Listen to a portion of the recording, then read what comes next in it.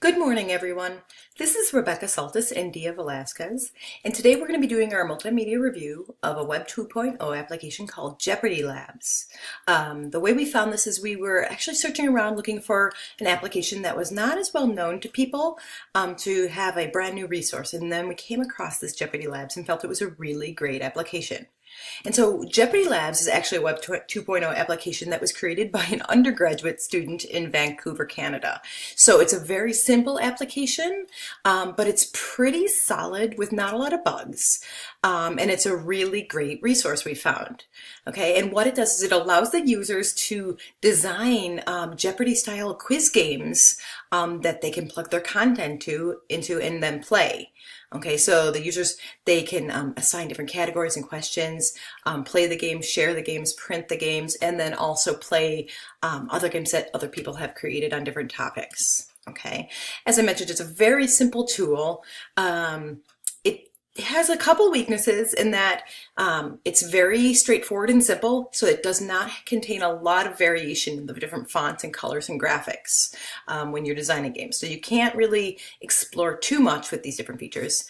It does cost money if you want the upgraded version, but the free version we found is actually very, very good and usable, and the upgraded version is actually $20 for a lifetime subscription, so it's not bad. The biggest drawback with Jeopardy Labs, though, is that the resources that you find there are not available. So if you are going to just use it for the feature of browsing Jeopardy games that other people have created on different topics, anybody can create a game in there, and so they can put in any information they want. So if you're going to be using one of the games that somebody else has created in there, you may want to double check to make sure all of the content is accurate. Jeopardy Labs, though, it does have a lot of really good strengths to it. First and foremost, it's very engaging and fun for the users, okay? So you're able to use all different types of content and lessons and topics, and put them in this quiz type of format that's engaging to students, okay?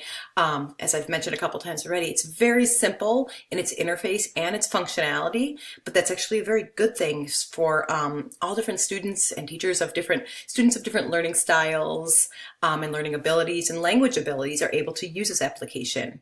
One other strength it has is that its database of games that people have created is actually pretty extensive. Almost any topic that we typed in to browse for popped up a number of games. So you can find a game already existing on almost any subject. Okay, the application does have benefits for both teachers and students.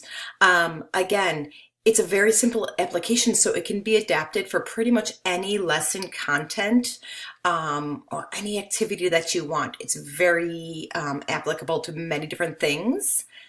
Okay, and again, its database is very extensive, so if a teacher doesn't want to have to come up with their own game, they can easily go in there and browse the existing games.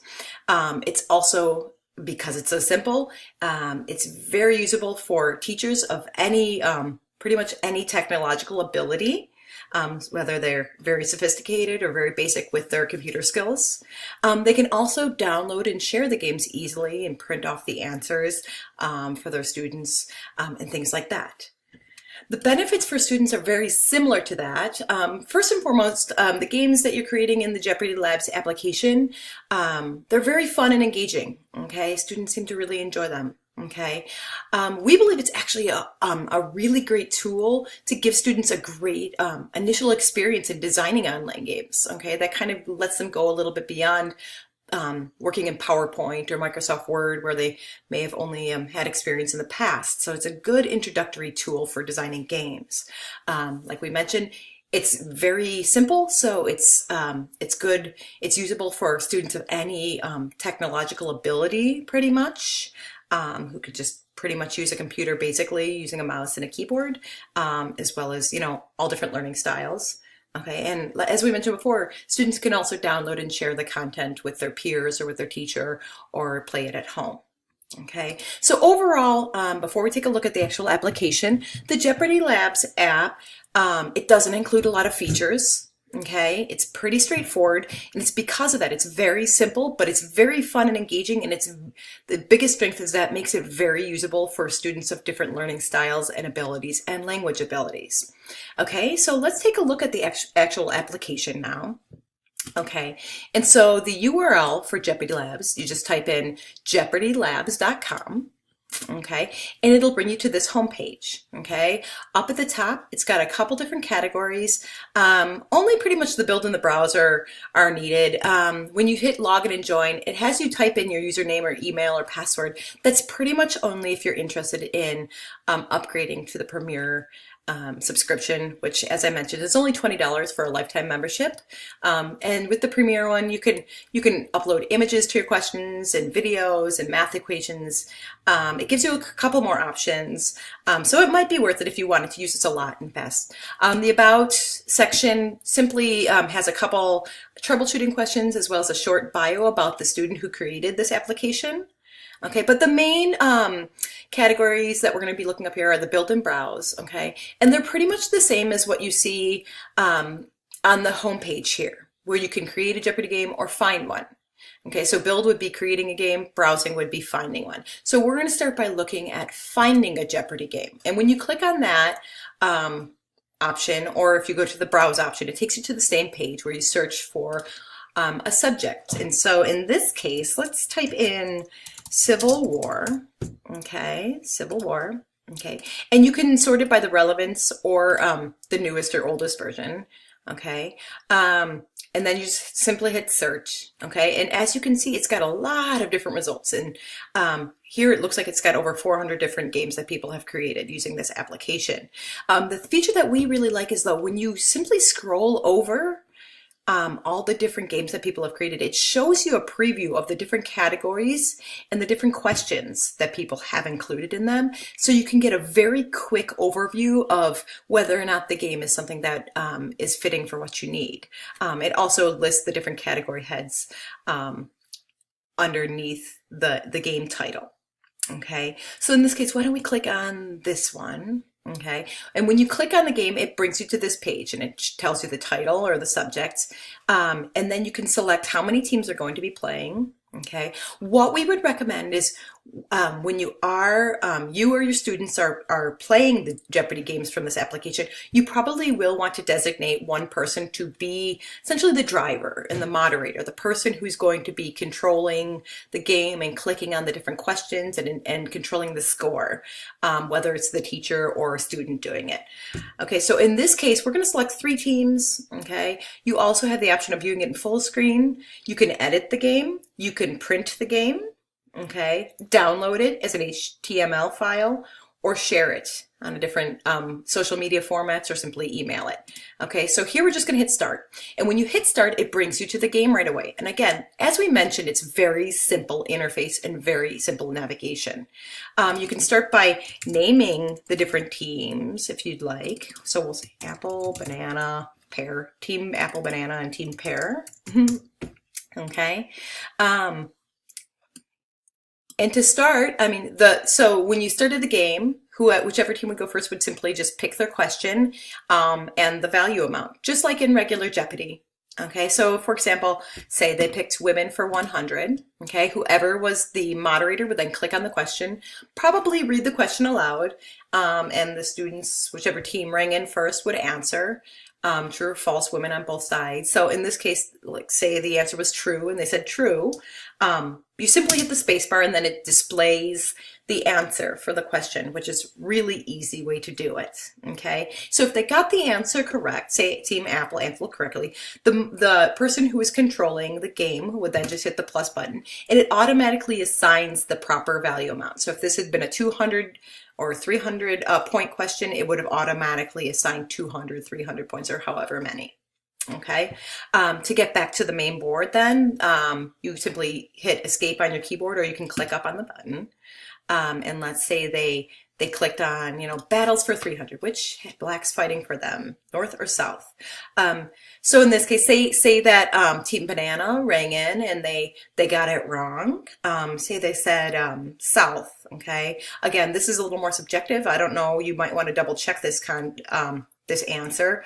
But say they rang in and they said the south. Okay, and the answer was actually the north. In that case, you could hit minus and it would subtract points. And so you just simply go through your game and go through all the questions, and then at the end you get to see which team has the most points, and that's how you conclude your game. Okay, so it's very easy to use, very fun. The biggest bug I think that we found with this application is that to get back to the home page, you can't really get there from any buttons on your keyboard. You simply have to go back up to the main field and enter in the URL again for the home page, jeopardylabs.com. So now let's take a look at building a game. And so you can either hit the build button or create a Jeopardy game. It has you type in a password, but I believe this is just for the case, you know, in case you want to upgrade later on. And you hit start building, okay? And so in this case, another small bug with this is it doesn't indicate, like a lot of these websites, which features, usually a lot of the websites, they have it labeled pretty clearly which features are included with the premium and which are with the basic subscription. This application does not until you click on it. So for example, you have your standard template. If you go to add a row, you'd have to upgrade to the premium version. It pops up this message that just tells you, you know, upgrade if you want to do this. So we're not going to do that for now. And so from this point, you know, you would just type in, you know, whatever game you or the student, whatever the title would be for their game. Here, you know, then you just type in, you know, your category titles. We'll say measuring weather. Okay, oops. Okay, and you would just go through and enter your categories. You then click on your question. So we'll say 200 question. What type of weather is measured? So here you would want to have established your questions and your answers ahead of time. We'll say the Fujita scale. Okay, you would then type in your answer. Okay, you see all these different features at the top. The italics feature, the subscript and the superscript, those are all included, but any of these other features, uploading an image or video, you have to upgrade. If you click on them, it'll prompt you with that message to upgrade again. So you simply type in your question, your answer, hit continue, and then you'll see it's highlighted, it's lit up now, and that's an active question in your game. So you would want to go through and fill out all the different categories and questions, as many as you want, okay? You actually don't have to fill all of them in. If you only fill in a couple or half of them, it automatically discards all the ones that you've left empty. So once you've inserted all of your content, you simply hit save and finish. Okay, it asks you if you want to bookmark the page or just copy it down somewhere. I found you can pretty easily get back to your game that you've created just by going, doing a search again in the Jeopardy Labs browsing section. But from here, you can, again, you can either start playing your game immediately, your students can, or you can, in the same way of selecting how many teams and hitting start. You can play it in full screen mode. Again, you can also go back and edit it one more time. You can print it, as I mentioned. If you'd like to print out the answers and the questions, you know, you can go ahead and do that. Okay, you can click the download, and again, it'll download it as an HTML file. Okay, so that you can play it offline if you'd like. All you need is access to a web browser. And you can share it, same as before, in a different social media formats or email it. Okay, and so again, you know, so this is a good way that students could create and share different Jeopardy style games. Okay, once again, the application is Jeopardy Labs. The URL is jeopardylabs.com. Okay, and we really feel that this Web 2.0 application, it's a very simple but strong application that can be used by a variety of teachers and students of all different ages and learning styles and language abilities, so that they can create fun and engaging games on pretty much any topic or subject matter. Okay, thank you so much. Bye-bye.